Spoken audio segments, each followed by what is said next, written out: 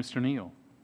Thank you, Mr. Chairman. I apologize for being late. As you know, the full committee is on the floor currently debating the TANF legislation. Mr. Ambassador, some of the countries currently causing the most difficulty for U.S. service suppliers are not participating in these negotiations for a plurilateral services agreement. Example, Brazil. Recently, Brazil implemented very restrictive reinsurance limitations requiring insurers to cede more than 40% of gross written premium to local reinsurers, not unlike China, and restricting insurers from ceding more than 20% of a single line of business to an affiliate. What are the strategies afoot with your office to encourage some of our market priority countries, such as Brazil, to join these negotiations so that we can actually allow American companies to fully compete and participate? Well, Brazil is a country right now where I don't want to overpromise because, frankly, we've been addressing this type of issue with Brazil for a long time in the WTO context, and we've been frustrated in that effort.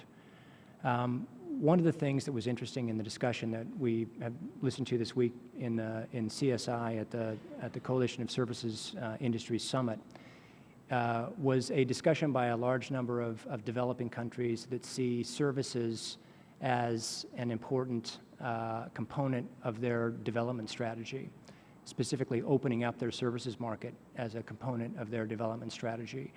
And we heard countries like Costa Rica and Mexico talk about how important that has been for them.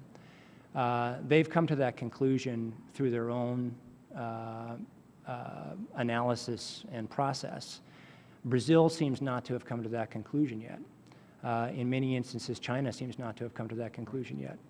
And that's, at the end of the day, I think the reason why we haven't made more progress multilaterally on services is because major players like India, China, and Brazil simply don't see the universe that way yet.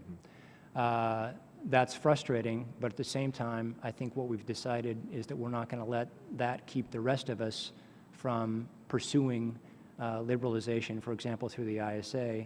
In the meantime, I think we have to address the type of issue that you're raising, reinsurance in Brazil, for example, through bilateral opportunities. And foreign direct investment in China. That's a compelling issue as well. The limitations that they placed on competition.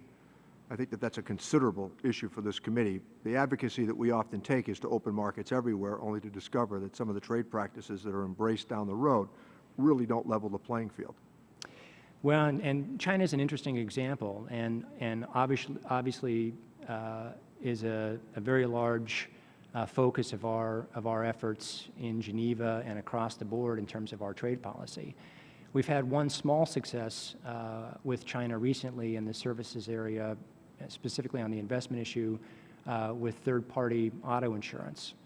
And as you know, Congressman, the Chinese opened up that market last spring. We've been watching very carefully how the implementation of that obligation is taking place. Our initial signs are that this is starting to create opportunities for our insurance companies. The Chinese ultimately came to the conclusion that it was in their interest and helpful to them to have that competition and to have our high-quality services providers in that market. Obviously, we need to be able to succeed ultimately, to have more countries come to that conclusion, which we see as being a very obvious one, that services are a fundamental part of your infrastructure. The 49% rule, as you know, is problematic in terms of control. Thank you, Mr. Neal.